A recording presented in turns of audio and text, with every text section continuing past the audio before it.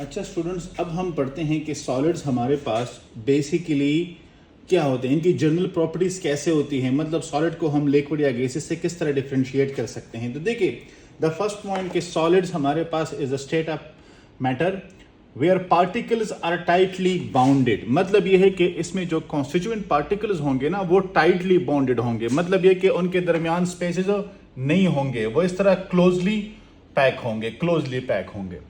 Second point है कि solid have definite shape, mass and volume. मतलब इसका शेप भी डेफिनेट होगा, इसका मास भी डेफिनेट होगा और वॉल्यूम भी डेफिनेट होगा। अब इसके मुकाबले में अगर आप गैस और लिक्विड को देखें तो उसका शेप डेफिनेट नहीं होता, मतलब एक प्रॉपर शेप नहीं होता। इस तरह वॉल्यूम आप देख ले तो वो आप जितनी स्पेस उसको प्रोवाइड करेंगे वो सारी जगह वो ऑक्युपाई करता है। इसके मुकाबले में सॉलिड का डेफिनेट होता है। Almost incompressible, rigid, high mechanical strength. इसका जो मैकेनिकल स्ट्रेंथ होगा हाई होगा। इसको अगर आप ब्रेक भी करेंगे तो आपको ज्यादा एनर्जी रिक्वायर्ड होगी। और ये रिजिड होते हैं, मतलब यह कि इसके जो पार्टिकल्स होंगे वो टाइटली बॉन्डेड होते हैं।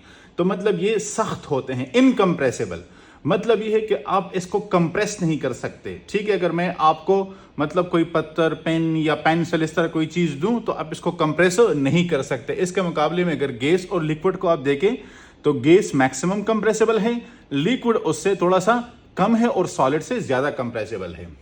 अच्छा, fourth point, have close packed arrangement of particle.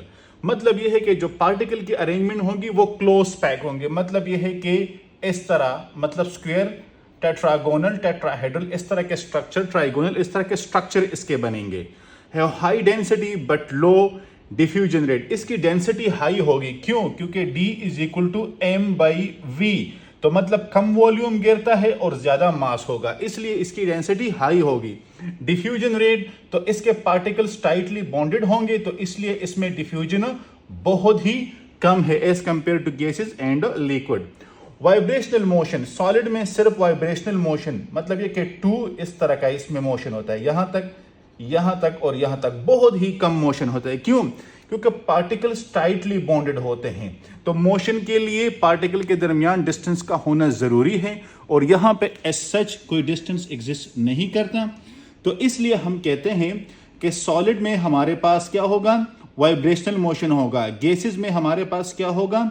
Random motion होगा, क्योंकि वहां पे स्पेस ज्यादा है और वो टाइटली बाउंडेड नहीं है। तो ये बेसिकली डिफरेंस है और सॉलिड के ये जनरल प्रॉपर्टीज है।